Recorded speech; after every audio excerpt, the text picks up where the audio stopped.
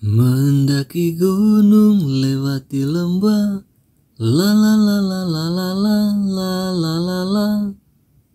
Mendaki gunung merupakan kegiatan yang menyenangkan sekaligus menantang. Selain seru, aktivitas yang melelahkan ini memerlukan keahlian khusus agar dapat menaklukkan berbagai rintangan. Meski menguras tenaga, mendaki gunung memiliki banyak manfaat, seperti menghilangkan stres, memperkuat daya tahan tubuh, baik bagi kesehatan, dan yang paling penting dapat melihat pemandangan yang begitu indah dari atas gunung.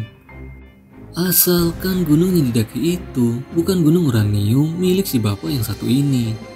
Gua punya gunung, Pak. Gua punya gunung, Pak. Serius, di dekat Jakarta, gua punya gunung. Sayangnya kesenangan ini tidak dialami oleh para pendaki dari perusahaan Visitani. Pada episode sebelumnya, sekitar 40 karyawan dari perusahaan Visitani mengikuti kegiatan mendaki gunung dalam rangka menaikkan moral karyawan setelah perusahaan mereka hampir bangkrut gara-gara sebuah insiden. Namun kegiatan itu menjadi petaka setelah seekor kera raksasa tiba-tiba muncul dan menghabisi beberapa orang dengan sangat sadis. Demi menyelamatkan diri, mereka lari menuruni lereng gunung yang sangat curam. Namun kera itu mengejar mereka dari belakang, sehingga semua orang yang sedang turun jadi panik dan akhirnya jatuh dari ketinggian 30 meter itu. Alhasil puluhan orang luka-luka dan beberapa orang tewas. Untuk mencari bantuan, 15 orang yang masih sanggup berjalan ditugaskan pergi ke sebuah kabin yang lokasinya berada di atas Bukit Maedake. Sementara orang-orang yang terluka menunggu di lereng gunung untuk dirawat luka-lukanya. Sayangnya setelah 15 orang itu pergi, tiba-tiba saja si kera pembunuh muncul dan mulai menghabisi satu persatu orang-orang yang terluka itu. Saotome yang melihat pembantaian itu dari atas bukit langsung tancap gas menolong teman-temannya. Secara tak terduga, Ansai juga mengikutinya dari belakang. Ketika Saotome sampai ke bawah, semua orang sudah tewas bersimbah darah, memicu kemarahannya. Pembantaian itu dirasa aneh oleh Ansai sebab posisi mereka berada di lereng gunung. Jika kera itu datang dari atas bukit, harusnya semua orang dapat melihatnya turun sehingga ada kesempatan untuk melarikan diri. Lantas apa yang sebenarnya terjadi? Tiba-tiba saja dari belakang kera itu muncul dan menebas Saotome dengan parangnya. Untung saja ransel yang dipakai Saotome melindungi dirinya dari serangan itu. Saotome segera berbalik dan meninju kera itu, tapi pukulannya seakan tidak berasa apa-apa. Secara mengejutkan, Ansai melempar sebuah batu besar, namun kera itu berhasil mengelak. Melihat dirinya terdesak, kera itu segera berbalik dan masuk ke dalam semak-semak. Saotome segera mengejarnya, tapi langkahnya terhenti karena di balik semak-semak itu ternyata ada sebuah jurang. Dia pun menyadari bahwa kera itu tidak datang dari atas bukit, melainkan dari bawah gunung. Rasanya mustahil bagi seorang manusia memanjat jurang sedalam itu. Setelah menghitung jumlah korban, 8 orang tewas, sedangkan 3 orang lainnya menghilang. Mereka adalah Okajima, Minami, dan Tanaka. Okajima dan Minami selamat karena berhasil bersembunyi di semak-semak. Sayangnya keberadaan Tanaka tidak diketahui. Demi keselamatan mereka berdua, Saotome memutuskan untuk membawa mereka bergabung dengan teman-teman yang ada di atas bukit. Sementara menaiki bukit, Ansai menceritakan sebuah kisah yang terjadi di Noergia. Pada tahun 2011, sekelompok remaja tengah melakukan kegiatan berkemah di sebuah pulau terpencil. Akan tetapi pulau itu merupakan markas rahasia kelompok teroris, sehingga remaja-remaja itu dibantai oleh mereka tanpa sisa. Meski situasi mereka berbeda, namun kemunculan kera pembunuh dan bagaimana dia mengejar mereka seakan semuanya sudah direncanakan. Namun tidak ada yang tahu motifnya. Mendengar hal itu, Saotome berharap agar mereka dapat menangkap kera itu untuk mengetahui alasan dia mengejar mereka. Minami tampak kesal dengan keberanian Satome dan bertanya padanya mengenai rumor yang katanya kalau dia pernah membunuh seorang pria. Dengan tenang, Saotome menjawab kalau rumor itu kurang tepat. Bukan satu orang saja yang dia bunuh, melainkan 2 orang.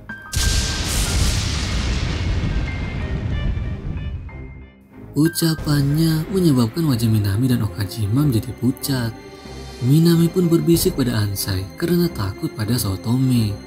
Namun pria berbadan besar itu berkata padanya, jika Saotome berbuat macam-macam, dia akan melawannya. Di atas bukit, Saotome melaporkan kejadian yang terjadi pada Presiden Tomihisa. Mengetahui tidak ada lagi yang bisa diperbuat, Presiden itu memutuskan untuk melanjutkan perjalanan mereka menuju kabin Nakadake. Berjam-jam mereka mendaki. Persediaan minuman semakin tipis dan semua orang semakin kelelahan. Imuro yang sudah kehabisan air minum meminta pada Saotome untuk memberikan minumannya. Sayangnya dia juga sudah kehabisan, sehingga atasannya itu memarahinya sebagai karyawan yang tidak berguna. Dia lalu meminta pada Miyata yang masih memiliki sedikit air. Dengan terpaksa, Miyata memberikan sisa airnya pada atasannya itu. Karena salah satu anggota bernama Suji sudah tidak mampu berjalan, mereka memutuskan untuk beristirahat sejenak.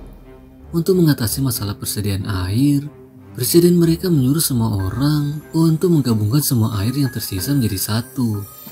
Mau jus, cola, yogurt, atau apa saja, semua dituang jadi satu dan nantinya akan dibagikan sama rata saat mereka beristirahat.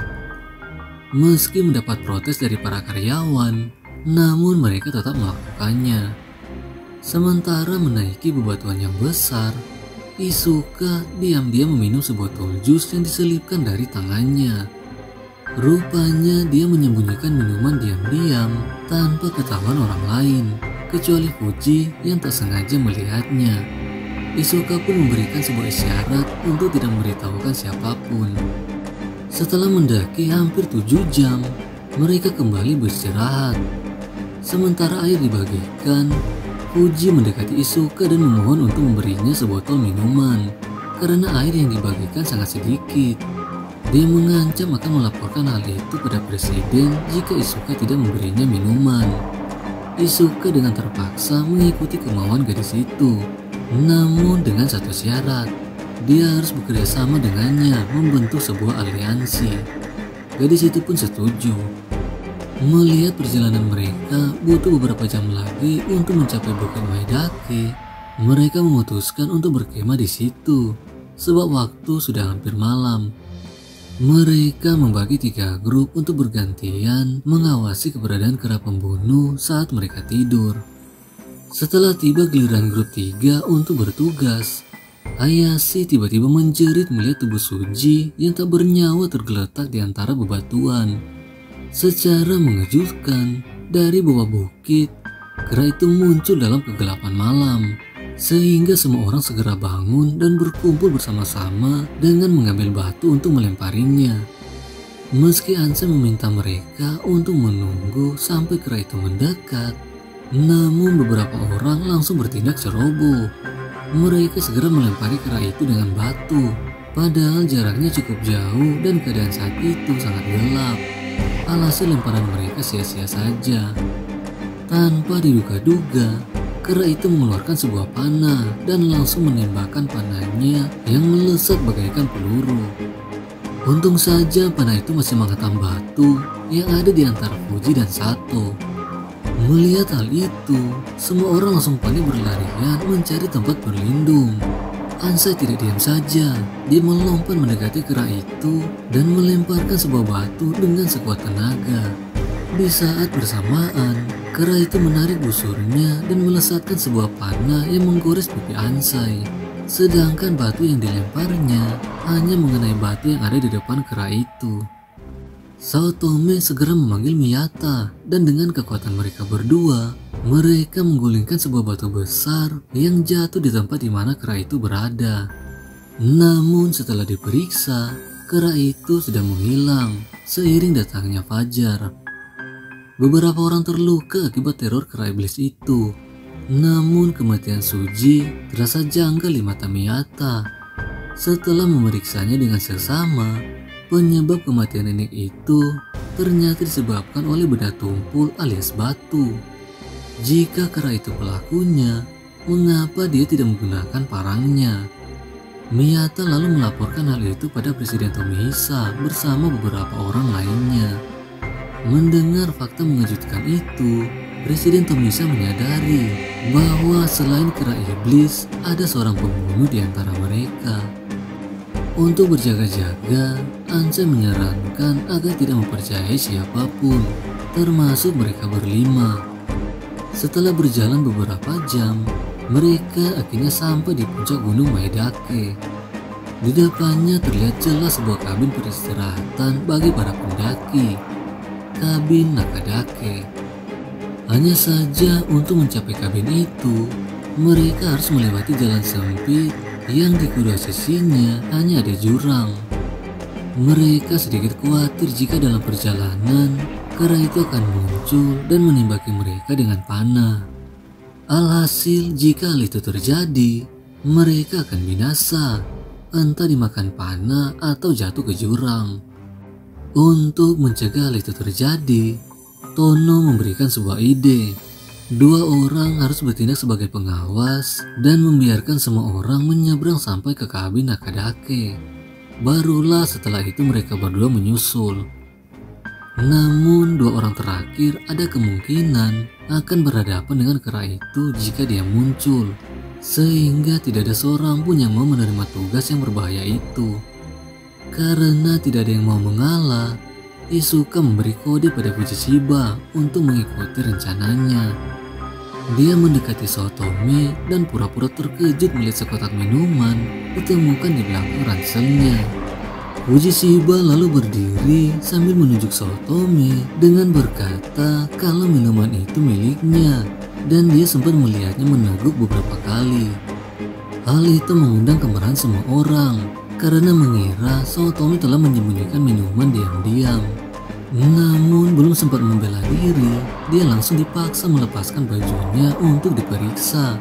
Saotome berusaha melawan, namun tanpa sengaja dia menyikut Hayashi yang mencoba melerai mereka.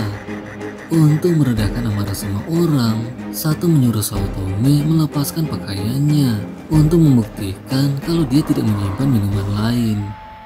Saotome pun melepaskan pakaiannya, dan setelah diperiksa, mereka tidak menemukan apa-apa. Dengan hati yang kesal, Saotome bertanya kalau mereka juga mau memeriksa celana dalamnya. Meski begitu, beberapa orang masih tidak puas dan merasa semua minuman sudah dihabiskan Saotome.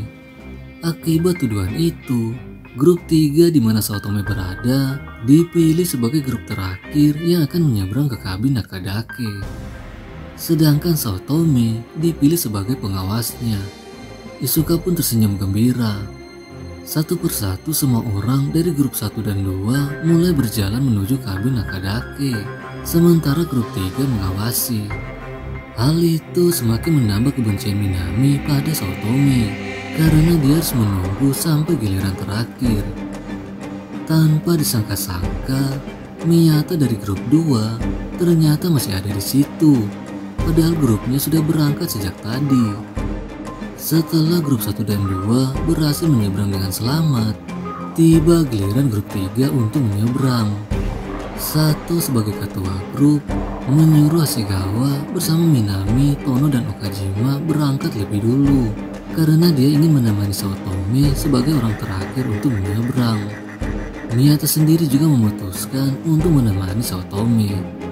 Sementara melihat teman-teman mereka yang semakin menjauh, Saotome pergi ke belakang untuk pipis. Bau pipisnya ternyata lewat di depan hidung Sato dan Miyata. Miyata pun tertawa menciumnya, sebab dengan aroma pipisnya yang tidak sedap, membuktikan Saotome tidak bersalah. Kencing yang bau adalah tanda seseorang mengalami dehidrasi. Artinya Saotome tidak minum apa-apa sejak pagi. Sato segera menyadari bahwa Miyata rela menemani Saotome karena dia yakin Saotome tidak bersalah. Miyata pun tersenyum dan berkata bahwa dia sudah bersahabat dengan Saotome sejak SMP. Itu sebabnya dia lebih mempercayai sahabatnya daripada semua orang yang ada di situ. Setelah melihat semua orang sudah berjalan cukup jauh, Saotome bersama Miyata dan Sato mulai mengikuti mereka dari belakang. Grup 1 dan 2 hampir sampai di kabin Akadake. Namun beberapa orang mulai mempertanyakan nasib mereka selanjutnya. Mereka khawatir kalau di kabin itu tidak ada persediaan makanan, dan yang lebih parah lagi tidak ada alat komunikasi. Dengan begitu mereka tidak dapat memanggil bantuan. Namun Ansai mencoba meyakinkan mereka, sekalipun tidak ada apa-apa di kabin itu, pihak hotel maupun keluarga pasti khawatir dan jelas akan menghubungi polisi untuk mencari para pendaki yang tak kunjung pulang. Mendengar ucapannya, semua orang menjadi lega dan semakin bersemangat setelah melihat kabin itu sudah di depan mata. Tanpa disangka-sangka, kera mengerikan itu tiba-tiba muncul di depan mereka dan langsung melesatkan panahnya. Cetar! Panah itu menembus perut Presiden Tomihisa yang berada paling depan. Makhluk itu lantas mengambil 2 botol air yang ada di kabin dan membuangnya di depan mata karyawan-karyawan itu. Hal tersebut memancing kemarahan mereka dan tanpa pikir panjang, mereka mengejar kera itu sampai ke dalam kabin. Namun setelah dicari-cari, makhluk itu tidak ditemukan. Tiba-tiba saja dari luar jendela, kera itu muncul dan menembakkan panahnya mengenai dada Baba. Terauchi mengambil pisaunya dan langsung berlari mendekati kera itu. Masalahnya, pisau seukuran jari kelingking tak kuasa melawan panah yang dapat dilesatkan dari jauh. Alhasil kepalanya menjadi sasaran tembak. Melihat Baba masih hidup, kera itu melepaskan beberapa panah yang menghabisi pria itu dalam sekejap.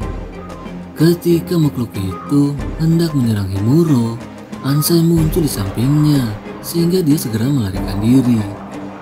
Gagal menangkap si kera siluman, Ansai pun mengajak Himuro untuk membantu membawa presiden mereka yang terluka. Beberapa saat kemudian, Saotome dan kawan-kawan berhasil sampai ke kabin Akadake. Namun mereka heran melihat semua orang tampak murung di luar kabin. Mereka pun terkejut mendengar Presiden Tomihisa terluka parah dan Baba bersama Terauchi sudah tewas. Selain itu, air yang ada di dalam kabin tidak dapat diminum karena kemungkinan sudah diracuni oleh kera itu. Dengan demikian, situasi mereka semakin mengkhawatirkan. Tidak ada air, tidak ada makanan, dan tubuh mereka semakin lemah. Saking kesalnya, Sato melampiaskan amarahnya pada Minami. Ansai kemudian bertanya pada Tono jika dia dapat melakukan tes untuk memeriksa apakah air di kabin itu berbahaya atau tidak. Sayangnya meski sudah dipaksa oleh Sato, Tono membutuhkan peralatan laboratorium untuk melakukan pengetesan. Alhasil mereka tidak berani meminum air yang ada di kabin itu dan hanya berharap pertolongan segera tiba. Sato menjerit melepaskan rasa frustasinya. Dengan air yang tidak lagi menjadi prioritas, mereka berusaha mencari sesuatu yang dapat dimakan di dalam kabin. Sementara mencari kesana kemari, Saotome melihat Tono sedang memandangi mayat Baba. Tono berkata kalau Baba adalah teman sekerjanya di bagian development. Dia pun menangis melihat kematiannya yang sangat brutal. Saotome kemudian naik ke atas bersama Miyata dan menemukan beberapa kasur tidur. Miyata lalu menanyakan pendapatnya mengenai kematian Baba dan Terauchi. Luka yang dialami mereka begitu sadis, seakan pembunuhnya menyerang mereka dengan hati yang penuh dendam. Sangat berbeda dengan serangan hewan buas yang membunuh untuk mencari makanan atau melindungi dirinya. Saotome memang merasa ada yang tidak beres dengan kera yang menyerang mereka. Sepertinya pembunuhan itu sudah direncanakan. Hayashi pun setuju dengan ucapan Saotome dan Miyata. Gadis itu tiba-tiba muncul dan mengatakan kalau penyerangan yang dilakukan kera itu seperti orang yang kesurupan. Selain kera itu, mereka juga perlu waspada dengan pembunuh suji yang masih berkeliaran. Meski takut dengan situasi yang mereka hadapi, Hayashi merasa lega karena dia bersama dengan orang baik seperti Saotome dan Miyata. Namun Saotome merasa tidak pantas disebut orang baik karena sifatnya yang kasar dan juga keras. Dia pun meminta maaf pada Hayashi karena tak sengaja mengikutnya waktu itu. Mendengar permintaan maafnya, Hayashi menjadi sangat bahagia mengetahui hati Saotome benar-benar baik. Saotome pun hanya tersipu malu mendengar pujian gadis itu. Di tempat lain, Fujichiba menemukan cukup banyak makanan kaleng. Namun Isuka melarangnya karena bisa saja sudah diracuni. Untuk memastikan makanan itu aman, harus ada orang lain yang mencicipinya terlebih dahulu. Tiba-tiba dia mendapat ide gila. Dia mengajak Fuji untuk mencoba Saotome memakan makanan itu. Caranya dengan mengusulkan nama Saotome di depan semua orang. Jika mereka berdua memilih Saotome, dia yakin beberapa orang yang membencinya seperti Minami dan Imuro akan memilihnya juga. Fuji menolak karena dia merasa bersalah pada Saotome atas perlakuannya waktu itu. Namun Isuka mengancamnya karena mereka berdua sudah membuat kesepakatan. Semua orang pun dikumpulkan untuk memutuskan apa yang akan dilakukan dengan makanan kaleng yang banyak itu. Meski terlihat aman dari luar, namun tidak ada yang berani memakannya. Melihat hal itu, Isuka pun menyarankan agar memilih seseorang untuk mencicipi makanan itu. Namun semua orang enggan menunjuk siapa yang harus melakukannya. Diam-diam, Isuka mulai memberi kode pada Fuji untuk memilih Saotome. Ketika Fuji hendak menyebutkan namanya, secara tak terduga, Saotome mengajukan dirinya menjadi kelinci percobaan. "Biar aku saja yang memakannya," ucap Saotome.